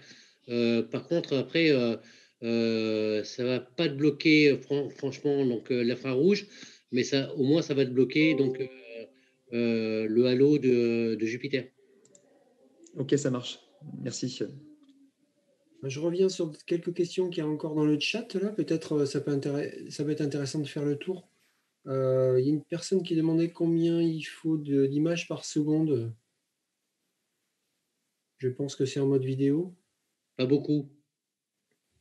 Pas beaucoup parce que de toute façon, le gain, il faut qu'on soit au minimum. Donc, on va être entre 10 et 15 images par seconde maximum. Oui, alors, il y a deux... En analogique, on est à 25 là, sur des FEMU. Oui, donc il y a deux approches que vous pouvez avoir pour... c'est soit effectivement, on fait des images à haute cadence, et comme l'avait dit Jean-Eudes Darlot, ne pas avoir de temps mort. Hein, donc, on fait pédaler à haute cadence, et puis effectivement avec des temps d'exposition brefs, pour ne pas saturer le détecteur. Mais c'est vrai que le problème de la saturation, on peut s'en écarter en défocalisant, hein. N'hésitez pas à avoir des images floues, c'est vraiment pas un problème, si bien sûr les satellites sont suffisamment loin de Jupiter. Et puis après ça, l'autre approche, c'est ne pas intégrer la turbulence. Et là, la règle que vous pouvez avoir, je vous donne le truc là, des gens qui font de l'optique adaptative, mais à l'envers, hein, c'est de se dire, vous mesurez votre vent et donc est-ce que votre vent fait 1 mètre par seconde, 10 mètres par seconde, et vous prenez le diamètre de votre télescope. Voilà, et donc le rapport, le diamètre du télescope divisé par la vitesse du vent peut vous donner le temps d'intégration minimum qui vous permet de filtrer la turbulence. Et avoir un temps d'intégration un peu plus lent que cette cadence. Voilà, Excellente donc, information. vous voyez, si vous avez un vent de 1 mètre par seconde et que vous avez un télescope de 400 mm, vous pourriez filtrer, faire des images, une image par seconde. Par contre, si le vent est à 10 mètres par seconde ou 100 mètres par seconde, eh bien, vous pouvez travailler avec à 10 Hz ou à 100 Hz. Donc, voilà, donc c'est vraiment regarder la constante de temps de la turbulence atmosphérique et ayez un temps d'intégration un peu plus lent. En tout cas, un truc et astuce pour tout le monde, en tout cas pour ceux qui observent de la France, dès que Jupiter va émerger à l'horizon est d'ici quelques semaines, n'hésitez pas d'abord à la pointer dès que vous pouvez, de telle manière à faire votre protocole d'imagerie par rapport au FEMU, et ensuite établir justement ce protocole-là pour l'affiner au fur et à mesure que Jupiter va monter et au fur et à mesure que les FEMU vont arriver, de telle manière à ce que vous ne soyez pas surpris par quelques phénomènes que ce soit. Donc, c'est un bon principe à prendre en avance. Au moins, vous avez cette avance-là et vous savez comment et où l'observer, et surtout comment protocoler votre télescope et toute votre chaîne d'imagerie. Voilà, et puis vous pouvez vous entraîner également sur les éclipses des satellites par la planète. Et surtout là, quand on sort d'une conjonction, on a toujours les satellites qui passent dans l'ombre de Jupiter, hein, donc on les voit disparaître dans l'ombre. Et sachez que pour Io, c'est un phénomène qui dure approximativement 5 minutes. Et vous referez les mesures de Romer. Ça peut être un excellent moyen pour s'entraîner. Oui. Exactement. Il y a une autre question, peut-être pour Patrick d'Adagio. Pour les FEMU des satellites internes, est-ce qu'il y a des choses prévues avec le T82 de Bélesta? Je pense qu'il y a un problème de caméra et de datation. Oui, il est prévu de tenter quelque chose. On ne garantit pas que ça va fonctionner. Donc, le plus gros problème, ça va être la différence de lumière entre ces satellites et Jupiter.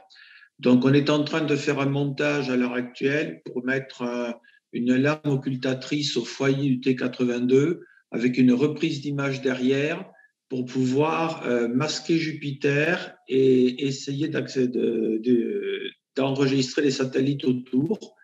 Donc, le montage, c'est notre mécanicien-chef Herbert qui était connecté tout à l'heure, je ne sais pas si tu es encore là, qui est en train de finir l'objet en question, et on va coller l'occultateur sur la pièce dans les jours qui viennent. Et puis, on va tenter. Et puis, je ne sais pas si ça donnera quelque chose, mais on va essayer de faire quelque chose. Il faut le faire. C'est super. Très bien, Patrick. Ouais, c'est moi qui ai posé la question. Bonjour, Patrick. Bonjour à tous. Ouais, il y a quoi comme caméra au T82 du coup? Alors aujourd'hui, on n'a pas de caméra rapide pour faire ces phénomènes-là, mais on montera la chaîne d'acquisition de Pascal derrière ce système de reprise d'image. Ouais, Ok. on va utiliser une VATEC avec un Video Time Inserter. Ouais, très bien. Ouais. Une autre piste que je suis en train d'essayer d'exploiter là pour les phénomènes, enfin pour les satellites internes, hein, qui sont beaucoup plus challenge que les satellites galiléens, là, j'ai regardé en fait les petites caméras SVO, et il y en a certaines qui sont très sensibles en fait, enfin relativement bien sensibles dans l'approche infrarouge, notamment à partir de 800 nanomètres là, et même des caméras couleur en fait, comme l'Asie 224. Qui a le même rapport de sensibilité pour tous les photosites, qu'ils soient rouge, vert ou bleu, à partir de 800 nanomètres. Et donc, chez vous, ils vendent un petit filtre IR-Pass en 31,75 pour 26 €. Donc, on va tester avec peut-être le TJMS à butier, mais voilà, ça peut être une piste pour aussi pas mal filtrer Jupiter. Et contrairement à ce qu'avait fait Bernard Christophe avec son T60 à l'époque, en 2015, c'est que peut-être que la caméra sera un petit peu plus sensible que le capteur qu'il y avait dans la caméra MCCD. Là, elle sera peut-être un petit peu plus sensible dans l'infrarouge. Donc, c'est une piste à exploiter. Quoi. Il ne faut pas hésiter à poser, faire des pauses de 2-3 secondes. Ouais. Il faut bien sûr détecter à Maltais. Parce que c'est vrai que Bernard avait dû finalement faire de l'accumulation d'images après pour sortir le flux du bruit.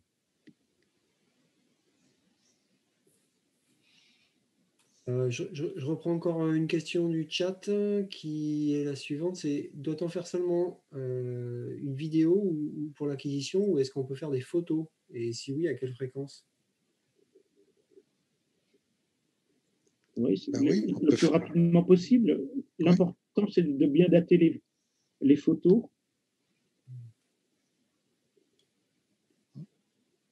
Parce que tout à l'heure, on parlait de temps, si c'est une image par seconde pour des phénomènes qui sont longs, genre 30 minutes. Le plus important, c'est d'avoir une natation. Que l'on fasse des photos ou un film, le plus important, c'est que la photo ou le film soit associé à une datation hyper précise. C'est absolument ce que demandent les astronomes professionnels de l'EMCCE. À partir du moment où on respecte cette règle d'or, on a tout juste. Qu'on fasse encore une fois des photos ou des films. C'est vrai qu'un film, c'est plus efficace parce qu'on filme par conséquent le phénomène entier. Donc, évidemment, ça demande une plus grande préparation, du matériel un peu plus spécifique, comme le IOTA ou comme d'autres matériels. Mais au moins, on a l'événement entier. À considérer qu'on commence 5 minutes avant et qu'on termine 5 minutes après, on a l'événement entier. Ça demande pas mal de préparation, pas mal de simulation en amont, mais c'est ce qui se fait de mieux aujourd'hui, et c'est ce que je fais personnellement, notamment pour les occultations des étoiles panstéroïdes ou pour les FEMU ou pour d'autres phénomènes, étoiles variables aussi. Donc c'est vraiment le plus important. Le plus important, c'est faire dater l'image à un temps précis de type PPS. Oui, la précision demandée par Jean-E de Arlot, c'est 100 millisecondes, 0,1 seconde. Donc, ce n'est pas non plus terrible, c'est vraiment très raisonnable. Et c'est vrai qu'on peut faire des photos. L'important, c'est de dater effectivement les photos au dixième de seconde. Oui, parce que ceux qui ont commencé à faire des FEMU, ils l'ont fait avec un simple caméscope et un chronomètre. À partir du moment où on connaît sa courbe du temps, c'est-à-dire qu'on sait le décalage temporel de déclenchement de son chronomètre, on peut très bien faire un FEMU, et c'est autant précis ça a autant valeur qu'une caméra ou une caméra vidéo, etc. Donc, ça peut être très opportun. Le système optique dont parlait Pascal, là, pour la création des images, juste pour comprendre, typiquement, on met ça à l'entrée de l'instrument. À l'entrée de l'instrument, on va avoir Mais au début de l'observation, et ensuite, à la fin de l'observation, par exemple, on a 2 temps de référence et on fait une règle de 3 entre les deux pour dater les trames. Par exemple. D'accord. Par exemple, alors je crois qu'avec AstroTimer, il y a aussi une séquence assez astucieuse qui permet d'identifier la première seconde de la première minute. Donc ça permet ensuite de se recaler. D'accord. Parce qu'effectivement, si c'est juste une datation de départ et de fin, mais voilà, pour recaler la vitesse, c'est juste 2 dates dont on a besoin, donc finalement 2 flashs et puis voilà. Après, c'est sûr que la solution, c'est pour ça que les caméras analogiques sont encore très utilisées, parce que c'est une solution ultra fiable. Chaque image est horodatée avec un GPS qui est calé lui-même sur un 1 ppс chaque seconde. Donc, parce que si on regarde bien, finalement, à l'heure actuelle, où on est quand même dans l'ère du numérique, quand on prend une caméra analogique, on a un premier traitement du capteur numérique pour donner un signal analogique qu'on renumérise. Donc, c'est vrai que quelque part, c'est pas très élégant d'avoir cette double conversion analogique numérique, mais néanmoins, on a une solution qui est assez fiable et éprouvée, ce qui fait qu'elle reste encore très, très utilisée. Qui est fiable et puis qui est ultra sensible. Oui, ultra sensible. Les caméras Vatek aujourd'hui, si je ne me trompe pas, elles sont à 10-4, 10-5 lux. 10-6, presque 5, 10-6. Ouais. Donc, de détection, donc, ce qui est énorme, ce que ne proposent pas aujourd'hui les outils numériques. Donc, effectivement, le fait de passer par un convertisseur de type IOTA, ok, c'est pas très élégant, mais au moins ça fonctionne et c'est très pertinent. Mais enfin, les valeurs annoncées par Wattec sont fausses. Hein. C'est l'argument commercial et malheureusement, ça n'est pas ça. Hein, mais elles sont remarquables de sensibilité. Mais ça ne fait pas le micro-lux. Et la petite RunCam est pratiquement équivalente. Hein. On atteint les mêmes magnitudes pratiquement qu'avec une Vatek. Hein. Ok, mais non, mais... Qu'est-ce que tu as dit les derniers capteurs de Sony sont remarquables. Ben, je pense qu'il y a... non, j'évoquais juste un peu la RunCam, là, qui est une caméra qui est destinée normalement pour faire des photos aériennes avec des drones et qui dispose d'une version optimisée astronomie qui permet notamment d'empiler des images et qui donne pratiquement les performances équivalentes à une Vatek. Sur des occultations, on atteint pratiquement les mêmes magnitudes. Tu peux nous mettre les caractéristiques dans le chat, là? Je vous l'avais présenté. Je peux repartager l'écran de la présentation. C'était... pendant que tu cherches ta vidéo, ton slide, j'en profite pour dire qu'on on a enregistré la conférence. Donc, si on laisse je ne sais pas comment on va couper le début et la fin.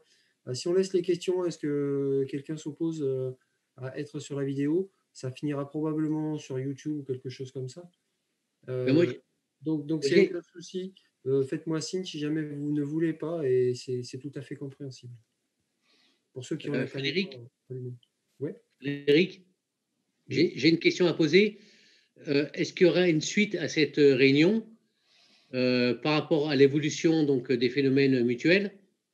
Est-ce qu'on pourra se refaire une soirée comme ça en fonction de l'évolution des observations, de telle manière à se tenir au courant tous ensemble, ou alors de créer un espace, je ne sais pas, Slack ou autre chose, à voir avec Thierry par rapport à la SAF.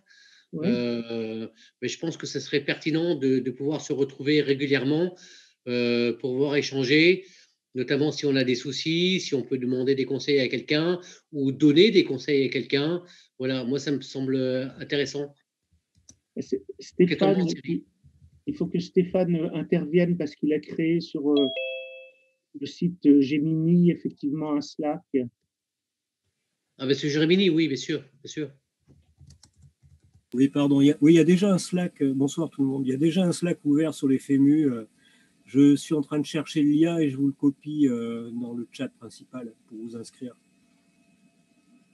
Voilà. Et puis également pour ceux qui sont membres de la Société astronomique de France ou bientôt membres de la Société astronomique de France, si vous êtes libre, demain après-midi, on fait notre première réunion de la nouvelle commission là qu'on vient de créer sur les techniques en astronomie amateur. Et on va faire une réunion pour parler des technologies, comment fonctionne le pixel d'une matrice CCD, comment fonctionne le pixel d'une matrice CMOS. Et Christian Buil interviendra également pour partager, si vous connaissez sans doute son site web, comment il fait les comparaisons, comment il a pu faire des comparaisons de capteurs, de caméras CCD, de caméras CMOS, pour partager avec vous voilà, les nuances de fonctionnement de ces deux capteurs et toutes leurs performances. Voilà, là j'ai raffiché les caractéristiques de cette petite caméra. La Rollcam, d'accord. Voilà, qui au départ était commercialisée sur le territoire US par l'association IOTA. Mais c'est assez difficile de se la faire expédier en Europe. Donc, le plus simple, c'est de la commander directement au fabricant, de faire un versement PayPal et on la reçoit 15 jours après. Voilà. Petite caméra très intéressante. Le site IOTA recommande de la monter avec un montage que je trouve assez complexe, avec un réducteur de focale, avec tout un empilement de bagues. Moi, je l'utilise de façon très basique. J'ai dévissé l'objectif qui est livré avec la caméra et j'ai directement fixé un adaptateur webcam. On est sur un champ à peu près équivalent à une Vatek et ça fonctionne très bien. Voilà. Et elle te donne entière satisfaction. Oui. Bon, je ne l'ai pas encore testé vraiment. J'aurais envie de faire des tests un peu plus approfondis sur des occultations, mais a priori, c'est une caméra qui fonctionne bien, quoi. Elle est monochrome ou couleur? Elle est monochrome dans la version Astro Edition. D'accord. Voilà, donc je ne sais pas si vous voyez, c'est tout petit. Voilà. Donc la caméra avec son adaptateur. Et le tarif? $80. Ah oui, au lieu de $400, de 400-600 $ pour la Vatek. Ah ouais. Ouais. Bon, je trouve que c'est une alternative intéressante à mon sens. Oui, ça vaut le coup d'œil quand même. Merci. Merci Pascal pour cette réduction de prix. Non, mais de toute façon, nous avons tout à découvrir. Hein. Et c'est ce qui est fascinant dans l'astronomie amateur. Hein. C'est que.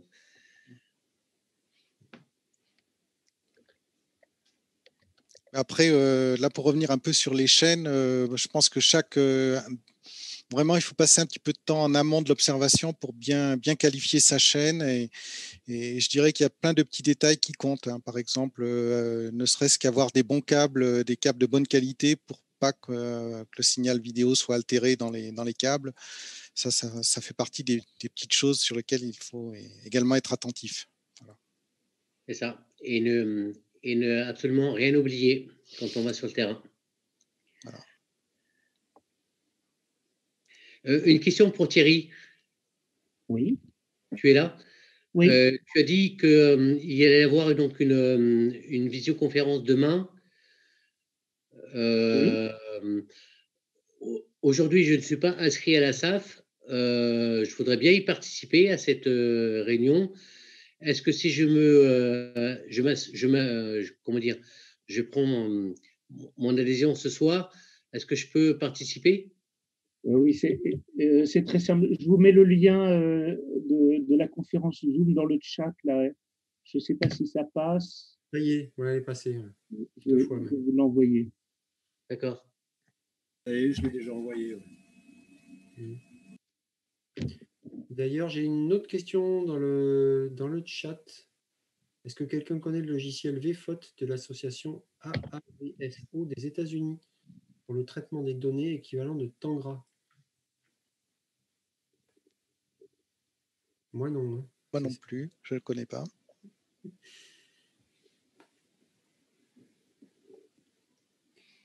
Voilà.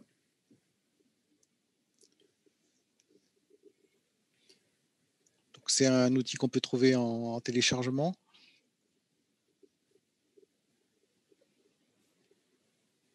C'est un outil, vous m'entendez? Oui. C'est un outil, c'est cette association des États-Unis qui offre ça pour ses membres. Le membership coûte $85 et vous pouvez utiliser ce logiciel VFOT qui, je crois, si j'ai bien compris, permet de faire ce que fait Tangra. D'accord. Je pose la question parce que je crois que Tangra n'est pas utilisable sur Mac et moi j'ai un Mac. Si, bien sûr, il est utilisable sur Mac. Alors j'ai essayé de... Mais c'est compliqué. Mais c'est compliqué. D'accord. C'est compliqué parce que Mac ne te donne pas toutes les autorisations. C'est vrai Tangra, c'est vraiment un outil spécial Windows, quoi. Après, moi, j'utilise perso parce que c'est un ami qui me l'a fait découvrir, mais donc aujourd'hui, j'utilise une solution avec une Vatek, donc le boîtier Yota et le logiciel, donc parce que ça fait tout en partie au-delà, mais la version au-delà pour Linux. Donc, je suis d'accord avec vous que pour aller sur Linux, c'est pas facile pour tout le monde parce qu'il faut s'y mettre. Mais n'empêche que la version au-delà pour Linux permet de tout faire. C'est-à-dire qu'à la fois, on contrôle le télescope, à la fois, on fait l'acquisition et à la fois, on enregistre et on édite les courbes de lumière. Donc, c'est un outil qui est vraiment fantastique, qui est développé, bien sûr, par des bénévoles. Et là, un coup de chapeau pour tous ces gens-là, parce que c'est un logiciel qui est vraiment énormissime, qui est gratuit, qu'on peut faire évoluer parce qu'il est open source. Et moi, depuis que j'ai découvert, alors je l'utilise grâce à un pote parce que moi, Linux, ça fait encore 4. Mais bon, j'espère que demain, ça fera 2. Et puis qu'au fur et à mesure, ça ne fera plus qu'un. Mais n'empêche que c'est un superbe outil et vraiment, je vous engage à l'utiliser. Enfin, d'abord à le découvrir parce que c'est encore une fois, c'est sous Linux. Donc, je sais que c'est compliqué, c'est pas facile pour tout le monde, mais c'est un logiciel qui est complet et qui permet à la fois d'acquérir et de traiter toutes les courbes de lumière, c'est-à-dire d'éditer et ensuite d'envoyer les courbes de lumière à qui le droit. Et ça, c'est fantastique. Et en plus, comme il est open source, à partir du moment où on sait le manipuler, on peut enregistrer une caméra qui n'existe pas, on peut enregistrer une monture qui n'existe pas. Bon, aujourd'hui, au-delà, donc sous Linux, référence quand même pas mal de montures et pas mal de caméras et d'appareils VPN. Mais en tout cas, on peut compiler quand même pas mal de choses. Voilà, il faut s'y mettre, c'est un peu compliqué, mais c'est comme l'astronomie, c'est une histoire de patience, c'est une école de patience, mais franchement, ça vaut le détour, parce qu'encore une fois, c'est gratuit, et chapeau à ceux qui le font, parce que c'est un super, super, super logiciel. Alors, il y a une version de Tangra qui fonctionne sous Linux. Oui. Oui, mais qui ne fait pas tout. Moi, je suis sous Linux depuis des années. J'ai essayé, j'ai réussi à faire tourner Tangra, mais pas à charger des fichiers d'acquisition, typiquement. Oui, mais qui ne fait pas tout. C'est-à-dire qu'il faut avoir un logiciel sous Linux qui te permette de faire l'acquisition et ensuite de faire le traitement. L'avantage de au-delà, c'est que tu fais tout avec. C'est intégré, à la fois l'acquisition, le traitement, l'édition et l'établissement des courbes de lumière, avec tout le fichier texte qui est demandé, évidemment, et qui est le plus important pour les astronomes professionnels. Et Pascal parlait tout à l'heure d'avoir éventuellement un PC dédié pour l'astronomie, éventuellement aussi pour les acquisitions. Typiquement, l'avantage aussi de Linux, c'est qu'avec un vieux PC, même un Pentium qui a 10 ans, tout va tourner. Alors qu'aujourd'hui, voilà, ça permet d'avoir un PC qu'on peut acheter d'occasion à pas cher et qu'on peut dédier typiquement à ça, plutôt que d'avoir un PC à 500 € qui soit dédié, ça fait un peu plus mal. Oui, ou un Raspberry Pi. Pour en revenir au Mac, je pense qu'il y a Piot qui doit fonctionner sur Mac. Le logiciel Piot. Il y a Piot et PiMovie, je pense que les deux devraient permettre de traiter les FEMU, je pense, et ils fonctionnent sur Mac, il me semble. Ouais. Est-ce que quelqu'un a essayé FireCapture sous Linux et est-ce que son système de datation est fiable sous Linux du coup par rapport à la version Windows? Non.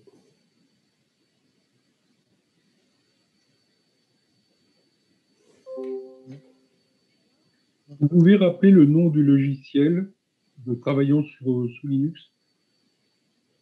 Au-delà. Au-delà. Au-delà. Au-delà. Merci. Mis dans le chat. Je te le mets dans le chat. Merci. OK. Et PiMovie, parmi vous, il y a des personnes qui l'utilisent régulièrement? Non? Mais c'est Alain Klotz qui est à l'origine d'Au-delà. On pourrait le mobiliser peut-être pour lui faire une session. Oui. Oui. Alors, je tiens à préciser que pour le logiciel Au-delà, donc il y a les versions Windows et il y a la version Linux. Donc la version Windows, elle est bien, elle est très stable. Par contre, elle ne permet pas de tout faire, dans le sens, elle permet de piloter de télescope, elle permet de faire l'acquisition. Par contre, elle ne permet pas d'acquérir des courbes de lumière. Alors que la version Linux, elle est évidemment, elle est stable, mais elle est bien plus prépondérante. C'est-à-dire qu'elle vous permet à la fois d'acquérir les images et d'établir les courbes de lumière, et ensuite toutes les analyses de la courbe de lumière, dont notamment ce que je parlais tout à l'heure, les fichiers texte que les instruments professionnels veulent à tout prix. Et ça, c'est franchement prépondérant. Et ce qui a l'énorme avantage, c'est que les fichiers les fichiers data que Au-delà va fournir sont directement fournis par l'acquisition faite par Au-delà. Donc, il n'y a aucune perte de signal. On prend 100% du signal. Et ça, c'est la très grosse performance et la très grosse force du logiciel Au-delà, encore une fois, sous Linux. Ce que ne permet pas de faire la version sous Windows. La version sous Windows étant plus restreinte. Je vous propose éventuellement de terminer la conférence. Je ne sais pas si vous avez encore des questions, des discussions. C'est vrai que c'est un sujet passionnant et il y a beaucoup de gens passionnés là ce soir. Peut-être Patrick, tu veux nous parler un peu plus des projets pour Bélesta, ou comme on avait évoqué au début? Non, mais le projet en cours, c'est justement essayer de faire des FEMU sur des satellites faibles avec un système d'occultation de Jupiter. Donc, j'en ai dit 2 mots. Ouais. On en reparlera si ça fonctionne, parce que c'est la grande inconnue. En tout cas, pour moi, la plus grosse nouvelle, elle vient de Thierry, qui nous a annoncé que on pourrait avoir des dérogations si jamais le couvre-feu s'étale à long terme. Et ça, c'est une très bonne nouvelle, parce que pour les gens qui n'arrivent pas à observer de chez eux, comme moi par exemple, qui doivent se déplacer sur un site à environ 70 km, c'est franchement une très bonne nouvelle. En tout cas, un très grand merci à toi, Thierry, pour cette très belle initiative, parce que ça va nous permettre de faire... Je remercie Jean-Eudes, c'est Jean-Eudes qui, il y a 15 jours, m'a envoyé un courrier électronique en me disant, au fait, voilà, donc je vous le retransmets.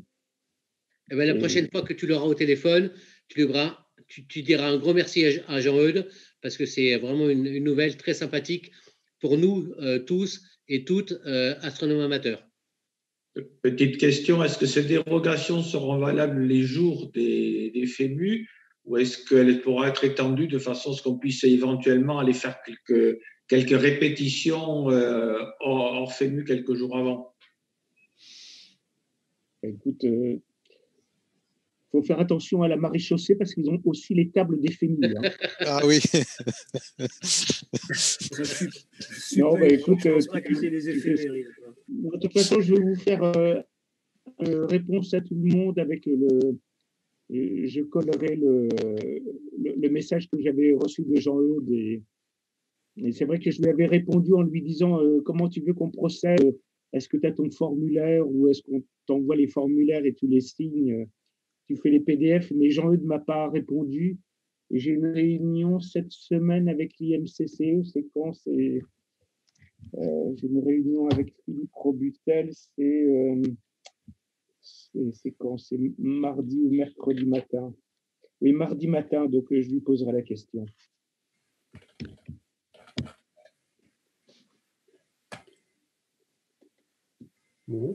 Bon, en tout cas, bravo, très bien d'avoir organisé cette réunion et cette conférence. Et c'est vrai que c'est très sympa de se retrouver. Et c'est vrai que rendez-vous quand vous voulez, quand vous avez une initiative. Mais c'est vrai qu'on pourrait passer plus de temps sur un des logiciels ou de traitement ou un logiciel de pilotage des caméras. C'est vraiment comme vous souhaitez. Puis on peut. Je connais bien Risto Pavlov, l'auteur de Tangra. Alors il faudra faire bien sûr une conférence avec lui en anglais. Et donc, mais Risto voilà, maîtrise bien l'anglais. Il sera, je pense, tout à fait. Ça vous branche si je mobilise Risto Pavlov pour une soirée sur Tangra? Oui, parce qu'on en avait déjà parlé donc la dernière fois, qu'on devait mettre en place une sorte de séminaire sur l'utilisation de Tangra. Je crois que c'est en cours. Oui. Bon, je vais essayer d'organiser ça. Je reviens vers vous et j'envoie un courrier à Risto. Ouais, c'est d'autant plus intéressant que sur Tangra, je ne crois pas qu'il existe de manuel ou de documentation. C'est plutôt des choses qu'on trouve dans des forums. Et donc, je pense que ça serait intéressant d'avoir une petite démonstration par l'auteur, effectivement. Oui, il faut qu'on réfléchisse. Voilà, s'il y en a 2-3 qui connaissent bien Tangra, l'idéal serait peut-être qu'on fasse la conférence pour qu'elle puisse se dérouler en français. Je pense que ce sera le plus simple. Et puis, effectivement, s'assurer que Risto soit disponible et on lui pose des questions en anglais et il répond. Comme ça, il pourra nous... Voilà.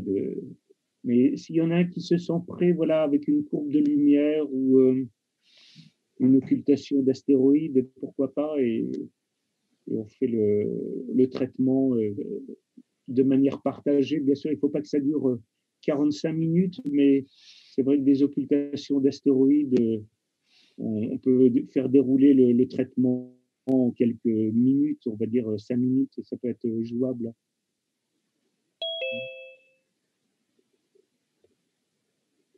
Bon, en tout cas, observez les FEMU, là, la saison commence, comme on le voit au Chili, ça démarre, donc il faut se préparer.